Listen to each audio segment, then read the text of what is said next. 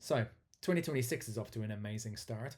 Just a few days in, and we all woke up to the news that Donald Jissock Trump had the military conduct a raid on Venezuelan soil to kidnap its leader, Nicolas Maduro, and his wife, and bring them both to the US to face trial for narco conspiracy with designated terrorist groups, conspiracy to traffic cocaine into the US, possession and use of illegal weapons, and some other stuff. All of it serving as nothing more than an excuse for President Fuckface and his cronies to take control of Venezuela's oil fields. I mean, the bullshit attempts to justify the arrest on the grounds of drug trafficking were already preemptively nullified by the fact that almost exactly a month prior to Maduro's arrest, Emperor Orange Turd went and pardoned the former Honduran president, Juan Orlando Hernandez, for a drug trafficking conviction that saw him given a 45-year prison sentence. But it's not even as if the White House is pretending that that's what's going on. Really, what they're saying is this is basically an imperial asset seizure. Trump said the US was going to run Venezuela. Given the bang up job he's done with the US, I can't imagine the Venezuelans are feeling all that confident about it. It's fucking insane. And worse, it opens the door to all the other mad old bastards around the world looking to follow suit. Donald Trump, the greedy Mandarin tumor, that walking anal polyp, has parked his corpulent, wrinkled backside over international order and taken a fat dump all over it. And just to make sure we all understood the fact, he immediately followed up with threats to Colombia and a disquieting noise about Greenland. Greenland. In terms of international responses, most of us got exactly what we expected from our glorious leaders. Utter moral cowardice, cloaked under the pretense of closely observing events, which at least is true given that it's very clear that all they plan to do is watch.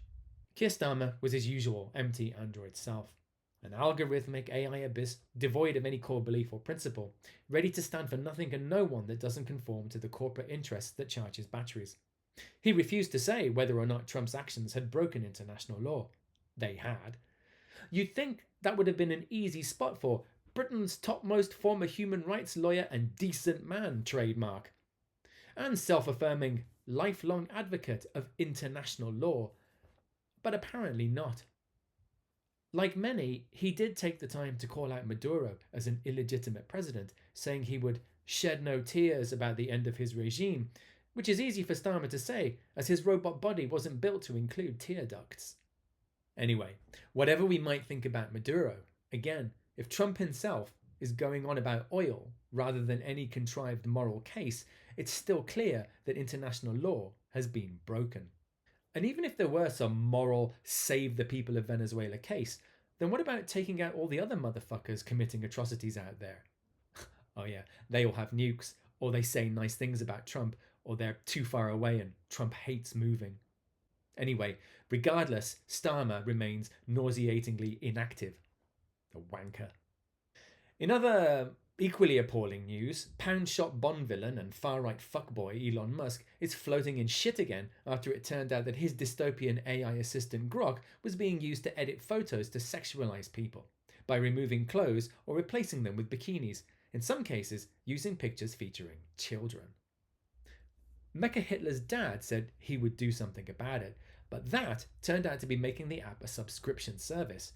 Turns out what Musk hates most about pedos is that they're not paying him. Incredibly, the UK government took time out from sucking up to the mega wealthy to say it was looking into banning X because of all of this, which elicited a deranged response from the US Republican Congresswoman Anna Paulina Luna, or lunatic to her friends, if she had any, who threatened legislation to sanction not just Keir Starmer, but also Britain as a whole, warning of consequences were the country not to reconsider its course of action. That's its course of action to stop pedos creating AI kiddie porn. Still, if there's a chance that the US might do a Maduro on Starmer and get that bloodless android out of our hair, I say it's worth the risk. In the meantime, while all that gets sorted out, Musk, the world's most unwanted sperm donor, is cozying up to Trump again. Apparently, the two have been brought back together by the killing of Charlie Kirk, proving that even in death, Kirk can still exert the moral influence of a block toilet in a rugby team's changing room after some dodgy breakfast shrimp. Elsewhere, in Iran, once again a miserable old man would rather stamp on society than let it move on without him and his fecal brand of spiteful oppressive zealotry.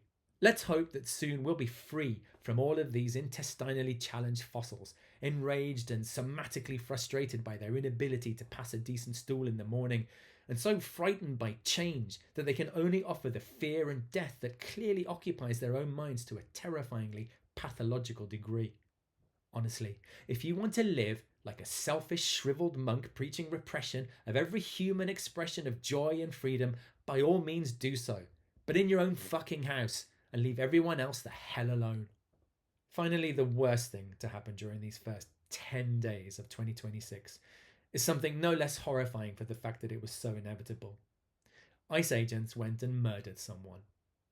Renee Nicole Good, a 37-year-old mother of three, was shot in the face by a fascist sack of shit who shouldn't have been allowed anywhere near a gun. The US government is effectively executing its own citizens on the street. Good, and there's a whole thing there about how Trump's America literally killed Good, was a poet and a guitarist, but has been labelled by the Fate-Tan Führer and his army of fetid suck-ups and white supremacist Nazi fetishists as a domestic terrorist, claiming that Good attempted to run over the ICE agent who they said was recovering in hospital. Except the whole thing was captured on video that shows exactly the opposite. That hasn't stopped Trump and his minions telling us all that we didn't see what we all saw with our own eyes, and forcefully pushing the domestic terrorist narrative every chance they get. What was it that Orwell wrote in 1984? The party told you to reject the evidence of your eyes and ears. It was their final, most essential command. And that's what's happening now. Anyway, protests have erupted across the US, which is very brave since Trump's army of incel wankers has been given carte blanche to kill anyone it interprets as an enemy.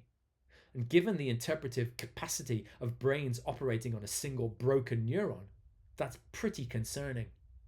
Added to that, Trump's furry little couch-humping homunculus, J.D. Vance, has even come out saying that these Call of Duty cosplaying turd nuggets shared the same immunity as his button mushroom dick boss, thereby essentially affirming their sense of inviolability. In a couple of decades' time, when we have a sequel of the Nuremberg trials, all of these motherfuckers will pay. For now, the rest of you, you've got to stand your ground and resist. Authoritarian regimes fall. This one will be no different, except perhaps that it will fall quicker. So yeah, the year is off to a fucked up start, and we're going to have to go through a lot more. So it's more important than ever that in the face of all of this, we hold on to our principles, that we stand strong, that we stay angry at injustice, that we call it out, and that we refuse to buy the bullshit and tolerate the intolerable. In short, we don't let the bastards grind us down. Happy New Year.